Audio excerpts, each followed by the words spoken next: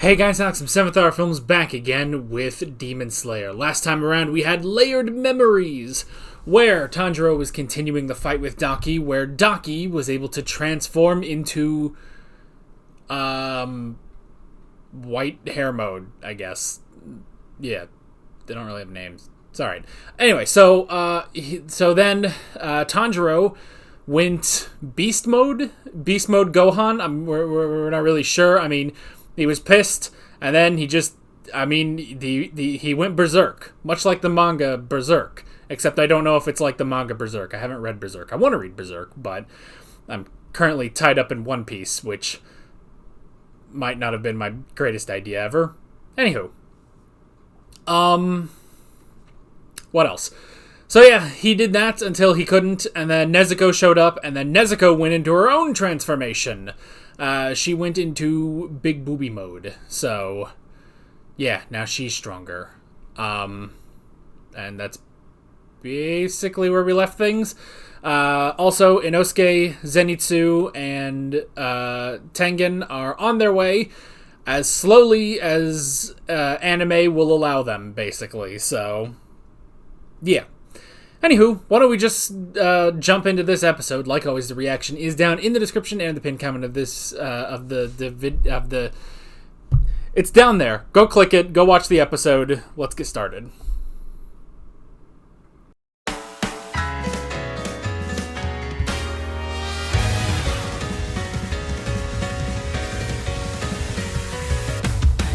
Well, that's a problem. We found the demon forms, which is saying something, of Tanjiro and Nezuko. A beautiful girl with a big booby power-up. And a dude who is her brother. I've lost the comparisons to Tanjiro. And there's not many comparisons between Daki and Nezuko anyway. Can't deal with Nezuko, man. Can't deal. I just can't deal, because it's just She's adorable. She's just adorable. She's adorable, alright? There, I said it, jeez. She lost control for a second. Just for a second. Got it under control. I mean, it is one of those things you worry about because, you know, like, because the Hashira have all been, you know, so... they're not really cool with this whole Nezuko thing, you know? But the Hashira are smart, at least. So I feel like most of them, if they saw Nezuko doing that, they would have just been like, they would have done exactly that Uzui did, you know? Because he looked at it and was like, alright, go get her under control. I'll handle this. You deal with that, okay? You know? And, you know, part of it is they are on orders, but now if we had some of those crazier ones, like Snake Dude or Too Many Scars Man, then it'd be another story. I think they might have just killed Nezuko, you know? They would have been like, oh, I was right all along, see? And now I get to kill her or something, I don't know. But, like, I want to believe, you know, Shinobu, Pink Girl, Board Guy, Tomioka, and Rengoku. I imagine they would have all kind of been like Uzui here. And I mean, Uzui was one of the crazier ones, you know? Not exactly... like, he's not crazy in the same way as Too Many Scars Man, but he is, you know, he's crazy, but he just came in and is like, hey, you know, the master didn't say you could demon up that flashy. And he's like, oh, sorry. So, she's like the Hulk, you know? She's like the Hulk. You know, you get mild-mannered Bruce Banner. Did they actually call him mild-mannered? Now that I think about it, it's just... because I know there's mild-mannered Clark Kent, you know? But I mean, you can easily apply that to Bruce Banner, but mild-mannered Bruce Banner... that should be a thing if nobody calls Bruce Banner that, because that just rhymes. It works so well. Mild-mannered Bruce Banner. And then, sometimes, you get the Hulk. Sometimes the Hulk needs a lullaby. Although everyone didn't like... Nobody liked that in Age of Ultron, but it works here, so... Nobody liked the sudden romance between Hulk and Black Widow in that movie. People didn't like a lot of things in that movie. For the record, Age of Ultron is okay. That's my stance on it, so... I remember... Side note, we'll get back on topic in a sec. Side note, I remember I went and saw Age of Ultron like opening day with a bunch of my friends in high school. It was like the only time I ever went out with my friends, so... but yeah, watched an IMAX 3D, and that's when I first learned, yep, 3D really is shit. I don't need to watch it. Anywho, back to this. Although if you were watching this in 3D, yeah, I'm sure there was probably... Well, I don't know. I was going to say there probably was a 3D screening of the Mugen Train movie, but I don't know. Do anime movies get 3D versions? I don't know. You don't hear about that. So, I don't know. But if you had watched this in 3D, you could have seen those titties popping right out at you. Yeah. Except I don't want to see Nezuko's titties popping out, you know? Because, I mean, like, when she shrinks down, like, she didn't just shrink down to her normal size. She shrank, like, all the way down to box size. And at that point, you're just like, all right, this is Nezuko, you know? This is Nezuko, you know, tiny, cute, sweet girl, you know? She's your adorable, you know, daughter, little sister. She's not... Yeah, no, she's not anything like that. Ugh, no. She's like Eri in My Hero Academia or something, or Anya in Spy Family, you know? It's like, no, never. That's the thing, man. Occasionally, like, I'll just be on YouTube and I'll see someone's, like, fan art, basically, like, in some video or something, and it's like, oh, here's Anya from Spy Family and Damien, like, in their 20s, and it's just... it's cursed, honestly. And I know children grow up. I don't want to see it, though. I don't know. Anyway, more to the point. So yeah. Nezuko just had a bit of a bad spell.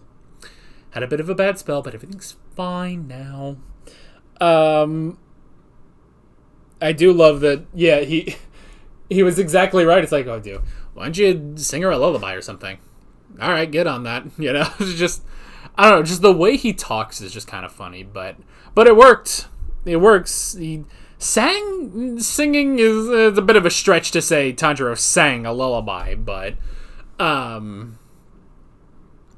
but he sang a lullaby, and then it did work. You know, it's one of those things where, obviously, in the original Japanese, the lullaby was probably in Japanese. If it was in English, that'd be hilarious, but I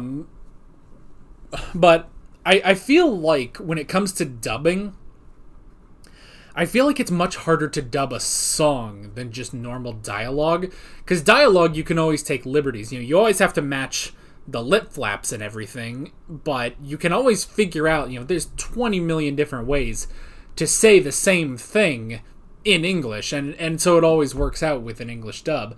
But I will say, like, that has to just be so much harder, because it's not just that you have to translate what the song is, you have to make it sound good in English, you know? And just because you can sort of translate language a bit doesn't mean you can necessarily translate singing. So I thought they did it pretty well, you know? It definitely sounds like a song that was translated, but again, I think they did a really good job, so... I guess I can cross out dead next to Daki, because nope, she ain't dead. So I'm assuming then that for some reason both of them take up the rank of upper 6, you know? Somehow they both, which means it wasn't exactly the 12 Kizuki as it was the 13 Kizuki. It's just that one of them were two of them were double ranked, basically. So both of them, Daki and her brother, take up the rank of upper 6. And I'm assuming... I don't know, because it makes you question, because Kibutsuji didn't talk to her brother. You know, we had no, like... we had no inkling that she had a brother. Like, for all intents and purposes, like, she was upper six, which I said like 1 or 2 episodes ago. I was like, man, how are they gonna like extend this to get us through the rest of this arc? Well, I figured it out.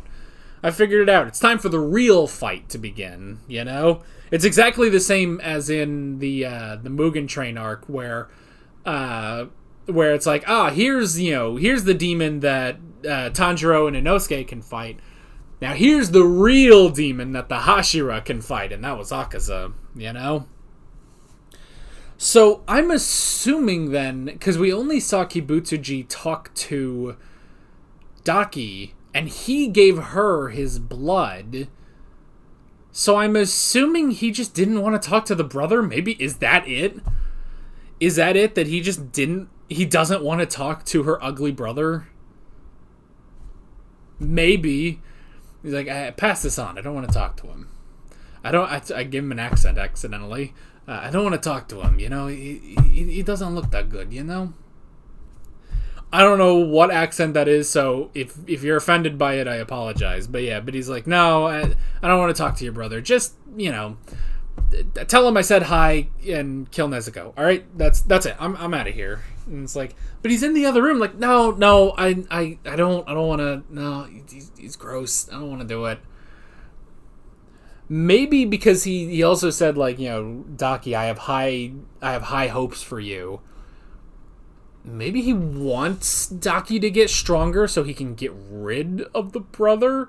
It might just be that he does not like how ugly her brother is, you know? So that could be it, that he's just like, yes, you'll get stronger. You'll kill Nezuko. Then I'll get rid of your brother and everything will be fine. And I don't have to ever, you know, come up with an excuse not to talk to him again. I don't know. It's kind of funny. But at the same time, it begs the question, it's like, where did this guy come from, you know? I don't know. But yeah. But that was interesting. And then, yeah, just the sort of mirroring, a little bit of mirroring of Tanjiro and Nezuko in Daki and her brother. Which, her brother's voice. What was...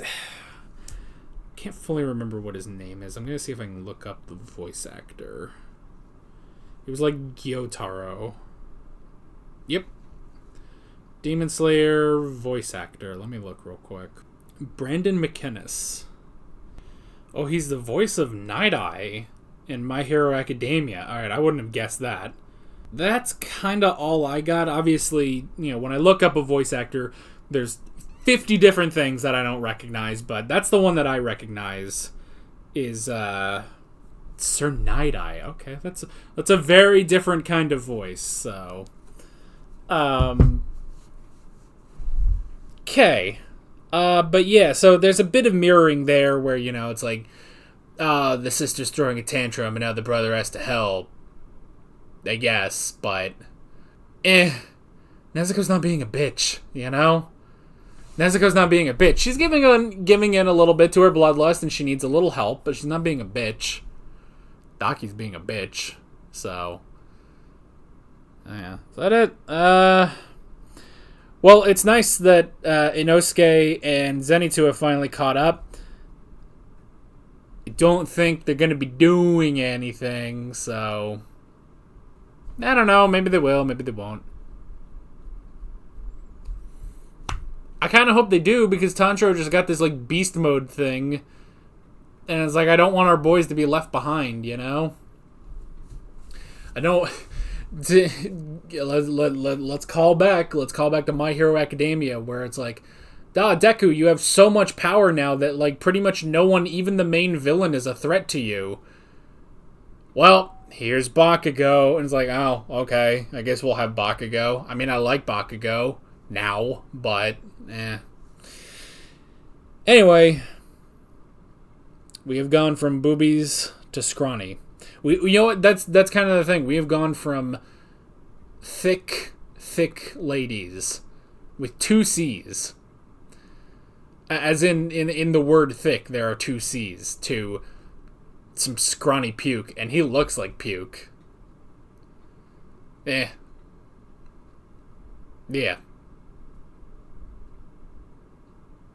Okay.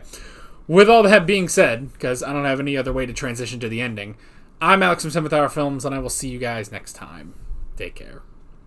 Alright guys, thanks for watching this video. There's a bunch of links on screen if you want to go click around any of those. There's a playlist with all of my Demon Slayer reactions, as well as another video you can go click on if you want. There's also a subscribe button and a Patreon button on screen, as well as other links in the description if you want to go check out any of those. See you guys later.